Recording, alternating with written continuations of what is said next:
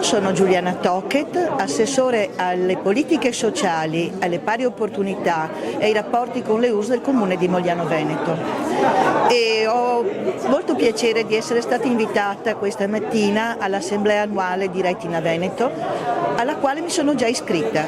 perché il messaggio che questa mattina è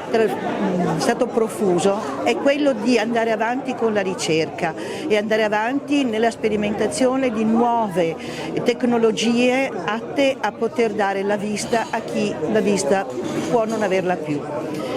Io mi occupo di Alzheimer e questa mattina ho saputo che l'Alzheimer si può anche prevenire facendo una visita oculistica, perché proprio parte dalla retina la prima avvisaglia dell'Alzheimer. Quindi secondo me questa è un'associazione che deve essere spinta in avanti proprio perché aiuta molte altre patologie che magari noi non conosciamo e che attraverso un esame della vista possono essere anticipatamente rilevate.